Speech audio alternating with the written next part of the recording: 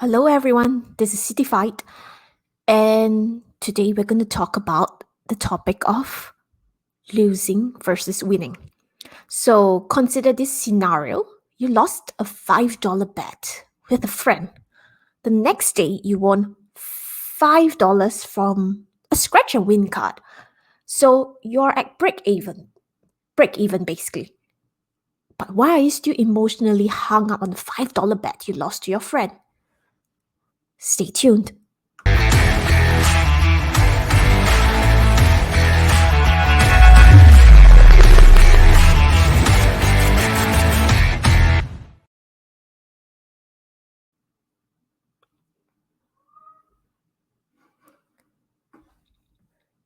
Welcome back. So, we as humans innately like to win. When we win, nothing hurts. But when we lose everything, it's hard. It's the same thing as when if you have lost a loved one, if you would like to compare it that way. So, you start replaying, let's say, if you take on a trade in your head over and over again, and you start self criticizing yourself. Why was I so stupid?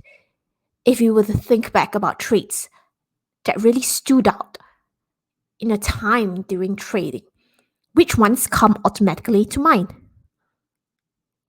For most people, it will be losses you've made because you have just held on it and not take profits, only to see it go down further below your buying point. It doesn't feel nice, doesn't it? And it's not just the pain of losing that trade that affects us. Many difficulties can also surface. For example, it causes us to be emotionally stuck. There's this quote that states that the good times we put in our pocket, the hard times we put into our heart.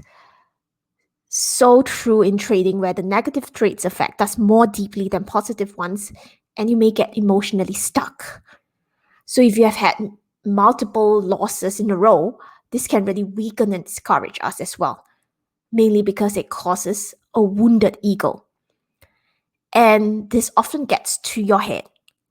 It defeats you, wounds your ego, and you have a problem trading successfully subsequently. But as the losses build up, they thin your ego even more and more.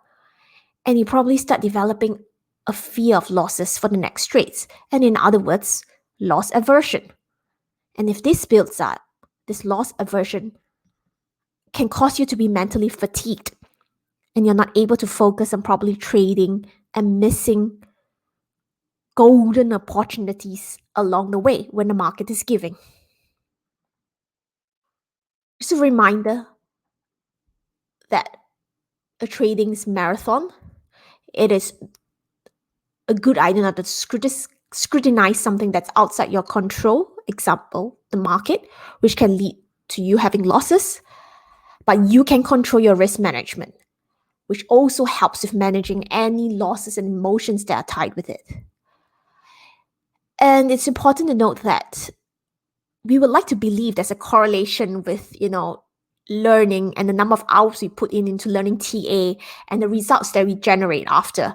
But that's not really quite how things work overall. If you check with your everyday life with work as well, it's the same. Hard work can lead to great results, but the relationship between the two isn't always linear. So results don't really increase on an incremental level against time and energy. And the thing is, people get very much frustrated when they do not see the progress. And it can take times to click. And being frustrated will not help with your trading journey. You want success in trading, you have to expect losses. And that's the part of trading. Expect mistakes, failures, losses. But just try to keep it as minimal as possible so that it doesn't wound your ego just as much.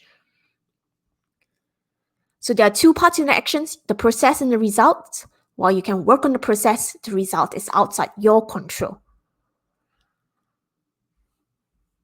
So focusing on what you can control is a healthier and better use of your time.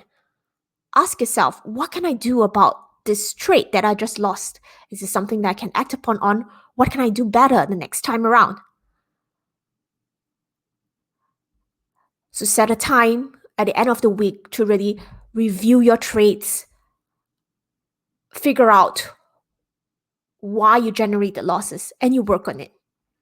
So spend time on the things that you can change. I hope this was helpful. Have a great day, everyone, and I'll speak to you soon.